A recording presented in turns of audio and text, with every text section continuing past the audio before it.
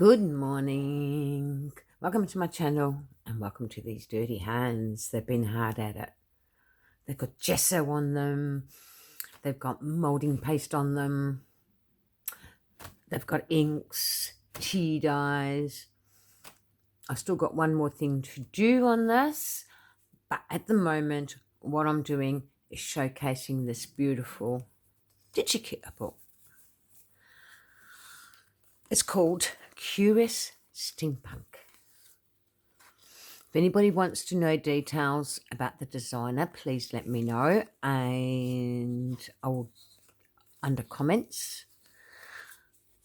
I don't normally link stuff due to certain groups. We can't do that, but I'm sure I'm allowed to show this beautiful kit.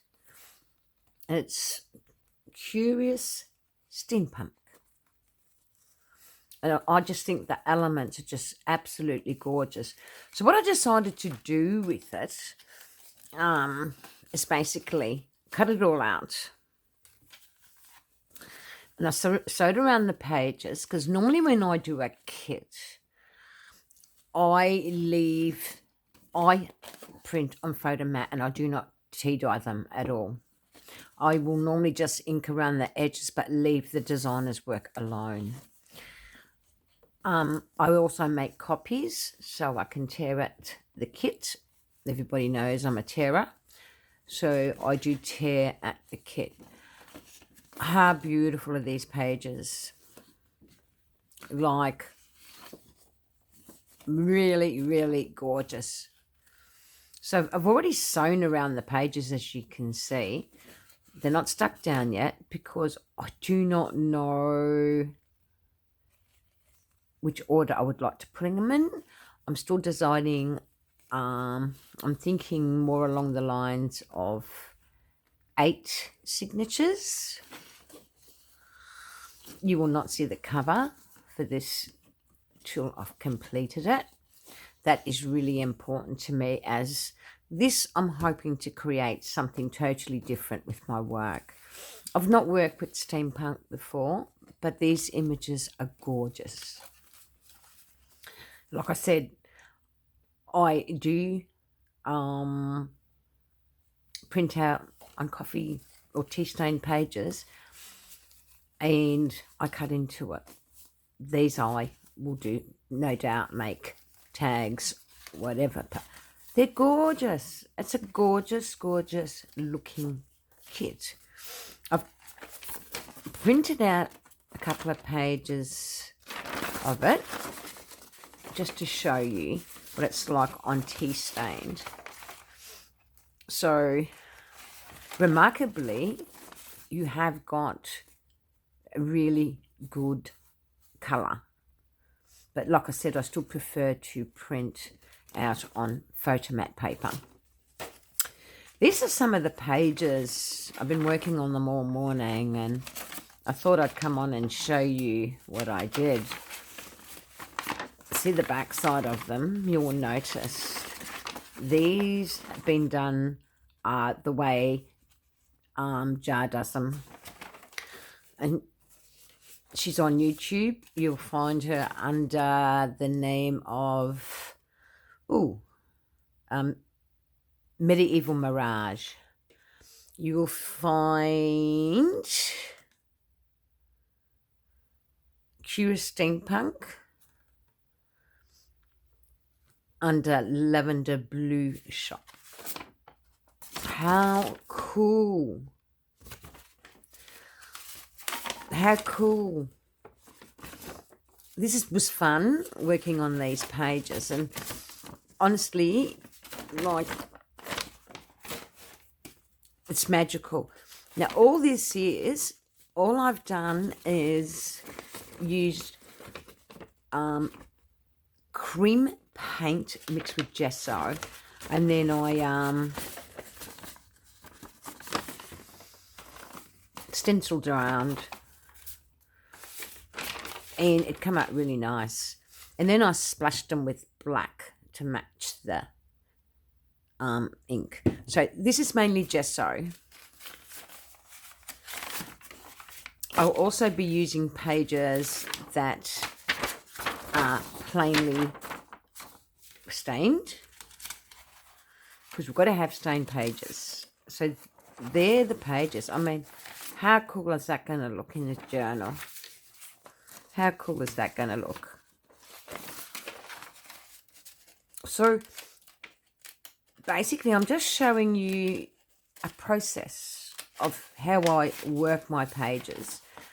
You know, and like I said, I use the T method of putting them all in a box and layering out laces and whatnot.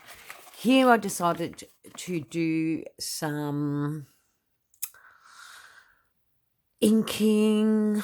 First I gessoed the paper because I didn't have enough.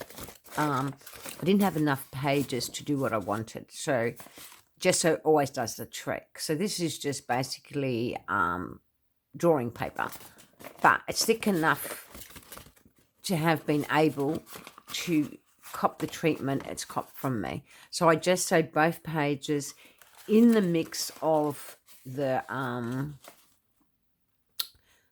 cream gesso paper. The cream paint mixed with gesso. Then I use some stenciling, and the stenciling there, even though you can't see them, I will probably do some inking along there. But I just thought the pages turned out so neat that I want to do this journal justice. So I tend to really, really play with my kits. It's important to me that my work is teachable to any member who wants to learn. And honestly, if you want to, if you haven't got heavy artist paper, you can use any paper as long as it's 80-pound weight.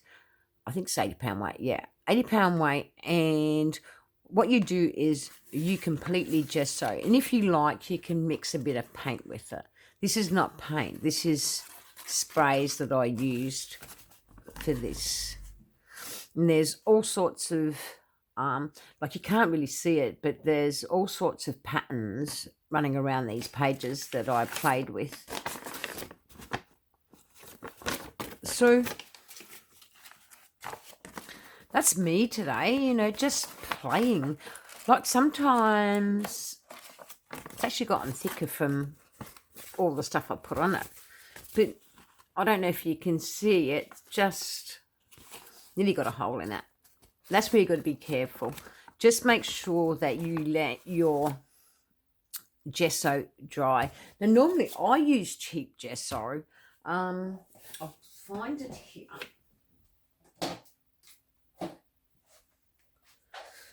And like I said, this gesso is applied with a brush, but I mix paint with it, and it's only a tan cheap old paint.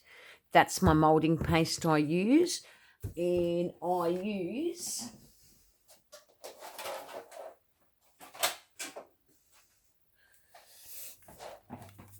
that paint, and I just use these watercolours. Look, I'm not an artist, but I like delving into a bit of mixed media now and then. And I decided that with this journal, that's what I was going to do. So this one's the metallics. And this one is the water one. Now, normally, if you're using, this is one thing I've learned, and I think a lot of us don't learn this till we have experience.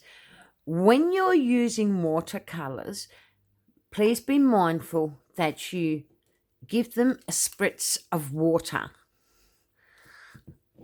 and that gets them prepared for when you apply the brush to whatever color you're using. Because once they're spritzed once, they'll retain moisture so that you're able to use your paints. Now, I do that with both paints. I just spray them and it makes them easier to use. I don't know what happened there. Maybe I sprayed it too much. But when you spray them with water, like I said, they're much easier. Like for me, they're easier to use. And I love these ones, the metallics. You can do so much with them. Like I said, I am not an artist as such, but I have done a little bit of mixed media. And one thing I learned, you do need to allow your pages to dry from each process you do. These were hanging on the line and they're still a little bit damp. But what I aim to do is give them a bit of white, splash of white into them. But I think this digital kit actually gave me great fun in preparing my pages. You all know I love preparing pages for my journals. So hopefully I have taught you something. This is the moulding paste I use. It's not expensive. That paint's not expensive. It's probably $4. Lasts you for ages. And I always mix it either with the gesso or the moulding paste. Like I don't overdo it, but only mix small amounts of paint to it. So I just pour it in a little dish or whatever and just mix me paint and I go. So thanks for watching, and soon I'll be showing you, hopefully it doesn't take me longer than a couple of days now that I've got the main work up and running to get this kit off. Like I said, totally different to whatever work I've done. I've never done steampunk, but I just thought this was glorious when I seen it. So I really thank the artist that produced this because this is absolutely gorgeous. So thank you everyone for watching. It's Sunday here. I think you guys are still Saturday night where you are. So please have a good night and sleep well. We've got a beautiful day, but we're in for storms this afternoon. It's weird weather that we get here. So thanks for watching. Bye now.